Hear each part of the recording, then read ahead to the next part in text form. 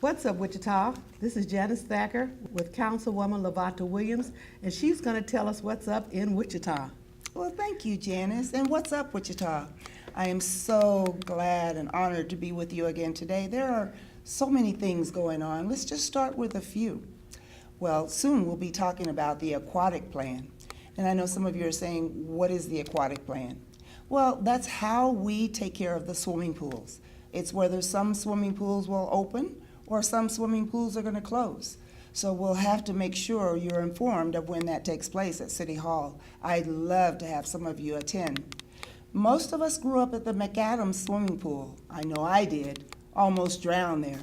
But we all grew up at McAdams, walking there, swimming for an hour or two, and going home. Some of you may have even grew up at the Edgemore pool, walking there. I know my sons did, and came home. But the thing we have to look at is, are those pools doing the same thing they did some years ago? McAdams last year and the year before was on a voucher program. All a kid had to do was go say, I would love to swim at McAdams. Fine, it's paid for, check your name off. But we still did not have the numbers that we needed. We needed kids to show up. We needed kids to swim. So there's a possibility that McAdams will be on that menu. Now, many of you already know Edgemore is already closed, but Edgemore may have to open back up in order to accommodate the children that I want to see go and swim. Right now, we may be looking at the YMCA picking up some of those kids that come from the McAdams area, but we'll just have to keep you posted. What do you think? Should McAdams close when we cannot find enough kids to make sure that they're swimming? Should Edgemore open? Give that some thought, and we'll tell you on the next show which swimming pools will stay and which will go. Now, I know that you have noticed a lot of activity around Wichita State. Wichita State has so much going on. Pretty soon you'll see a hotel on the Wichita campus. I think that'll be a great avenue to add on to. 21st and Oliver is going to see some work being done. You'll have 2 lanes that can turn right, and you'll have 2 lanes that can turn left. So that is coming, that is new, and we expect the traffic to pick up in that area.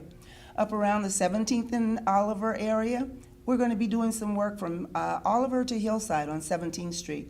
It'll be 3 lanes, 2 lanes, 1 lane going in each direction, east and west, and 1 lane is going to be for a turn lane. We'll also have bike stripes along the line, so 17th Street is going to be busy as well. I don't know if you've noticed, but we have some bare land along 17th Street where Westar has put in and are putting in some units to make sure that the electricity flows very safely.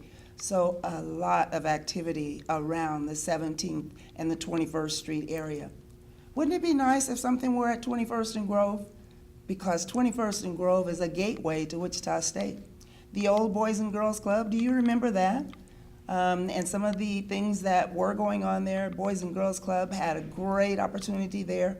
Well, that building has been vacant now for a few years. Wichita sold it, City of Wichita sold it to a gentleman who has not decided to build yet. But wouldn't it be great if some of that Hyatt money that was left over were used to renovate that building, and it became a building that is used by some of our entrepreneurs? Give that some thought, and we'll think about that one a little bit later as well. Another area of concern for me right now is the increase of the epidemic of opioids and heroin. Now, around the country, it is really escalating to the point where you have overdoses and deaths every night, where that's on the news, and that's the focal point of the news. Did you know that in 2014 alone, there were a total of almost 3,500 admissions for addiction treatment in Wichita and Sedgwick County? Do you know that opioids are treatment and tablets that the doctors prescribe for you for pain? Did you know that you can ask for something other than an opioid-controlled painkiller?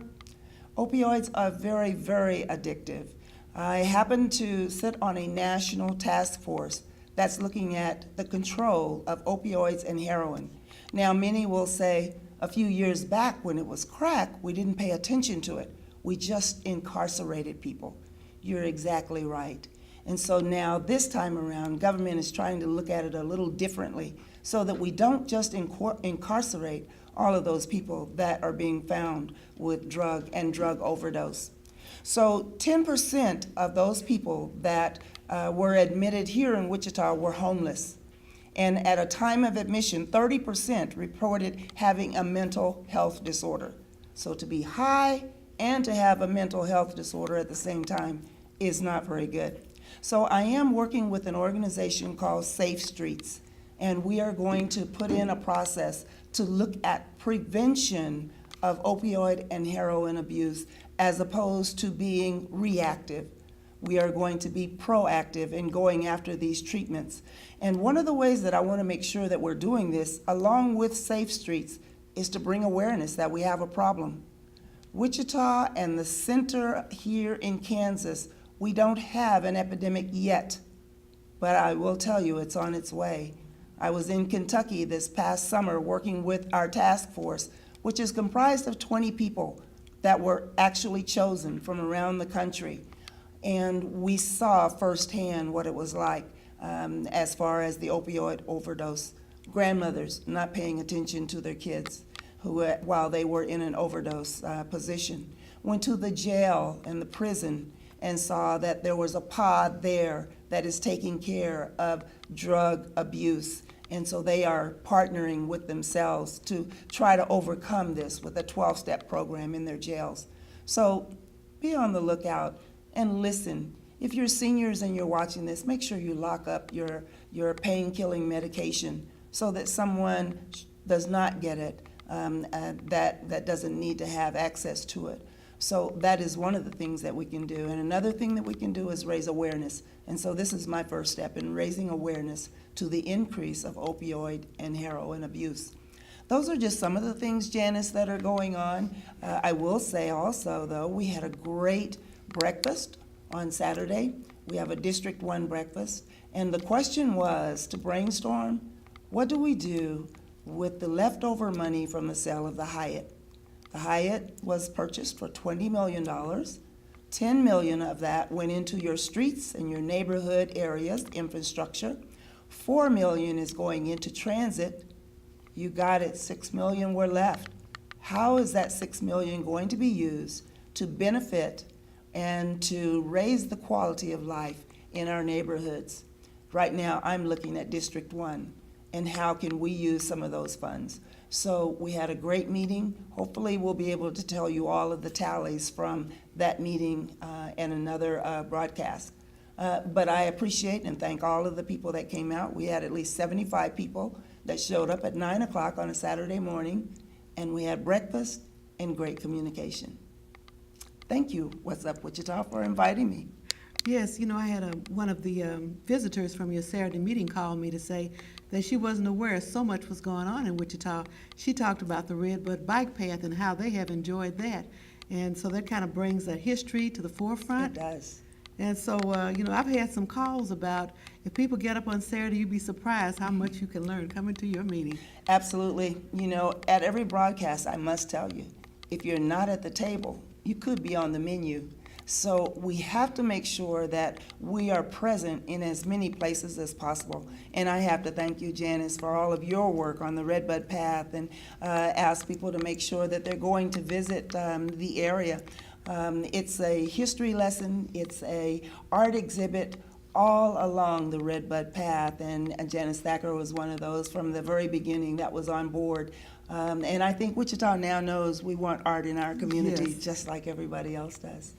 That's a cultural awareness, a new avenue for our students to get involved.